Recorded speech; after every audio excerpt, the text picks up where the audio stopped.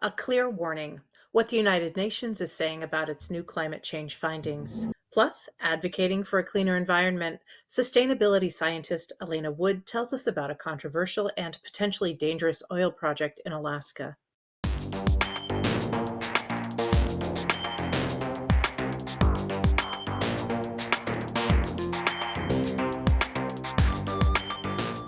Welcome to Advocate Today. I'm Tracy E. Gilchrist.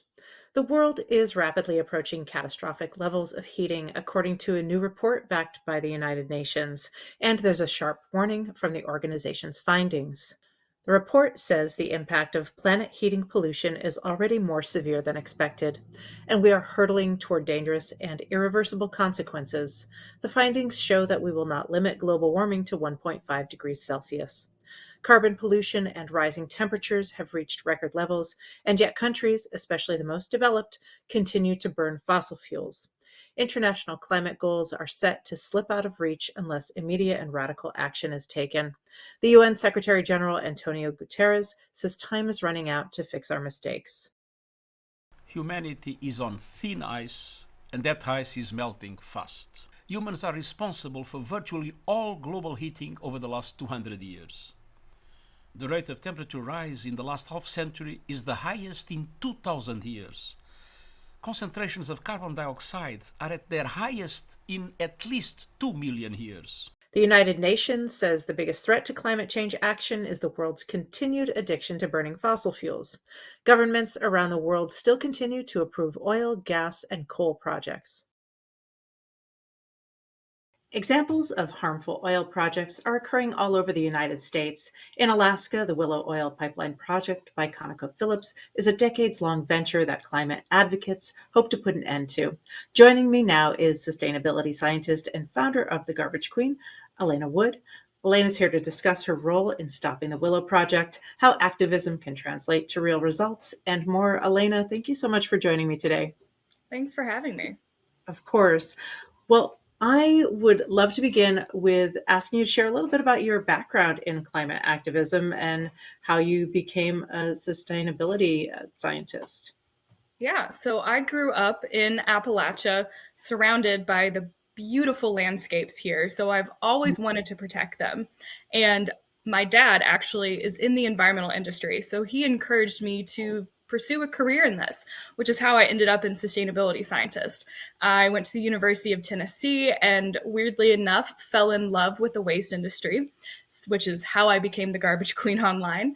I ended up working in the landfill industry, the recycling industry, as well as in the government doing solid waste planning before I started using social media at the beginning of the pandemic for climate communication. Great. Thank you so much for that. Well, I would like to dive into the Willow Oil Pipeline Project a little bit. It's a drilling venture in Alaska that you and other activists are fighting to stop. Would you talk a little bit about the project and why it's so harmful and what the role of activists is in stopping it?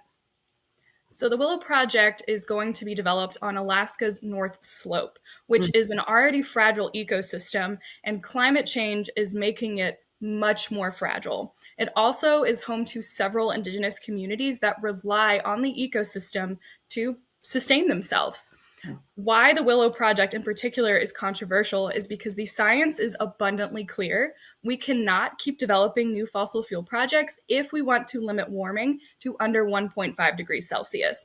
So this project does not align with science. Furthermore, a lot of advocates for the Willow Project are saying this will help with energy independence, whereas if we transition to clean energy, that will actually help a lot more with it. Would you talk a little bit about the hashtag Stop Willow, which is catching on fire across the internet, and how is that being used to get people discussing the project and, working to put an end to it? Absolutely. So hashtag Stop Willow started earlier this year with climate advocates like myself posting videos urging our audiences to sign a petition to stop the Willow Project, as well as to send letters to the Biden administration asking them to do the same. For some reason, and I'm very happy it did, just start to blow up on TikTok. And for a while, it was in the top 10 trending hashtags here in the United States.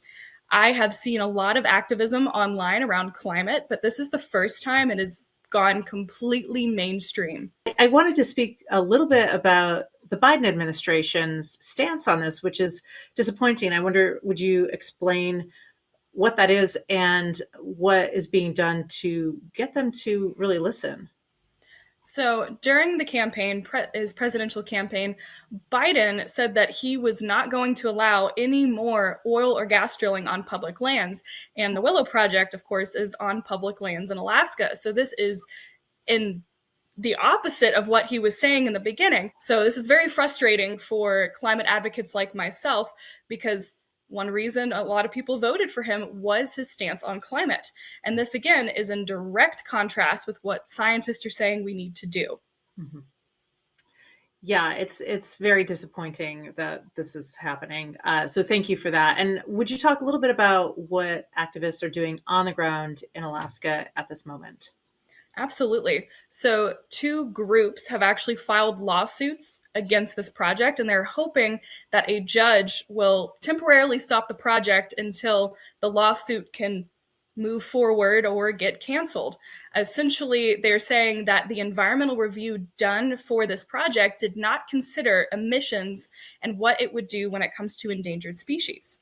And furthermore, there is still lots and lots of opportunities for activists to send letters both to the Biden administration directly, as well as the Bureau of Land Management, asking them to revoke their permits. So the fight is not over. In fact, I believe it's just beginning. I wonder if you would talk a little bit about, activism, is a way to enact real change and to stop projects like this. And I wonder, would you talk a little bit about where you've seen these actions work and where it's really, taken hold?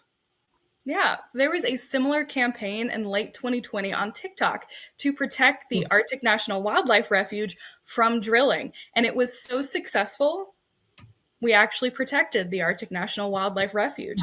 So, TikTok and other social media platforms are absolutely a tool for activism.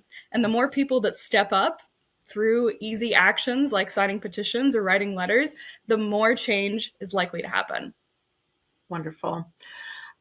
Well, you do this for your life's work. How can the average person, besides maybe signing a petition or taking these actions, which are important, what can your average person do to really get involved and defend the environment? My best answer to this is get involved with your local communities, and in particular with your local governments.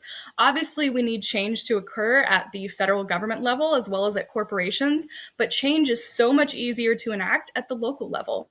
So vote in all of your elections, both local, state, and federal. Email, call, attend local council meetings, ask them to pass climate plans, and talk to your neighbors, talk to your friends, and talk to your family about this. Because the more people who are talking and doing, again, the more likely we'll see change. Thank you so much to Elena for stopping by. You can visit thegarbagequeen.com to learn more about her work. We will continue to cover the latest from the Willow Oil Pipeline Project.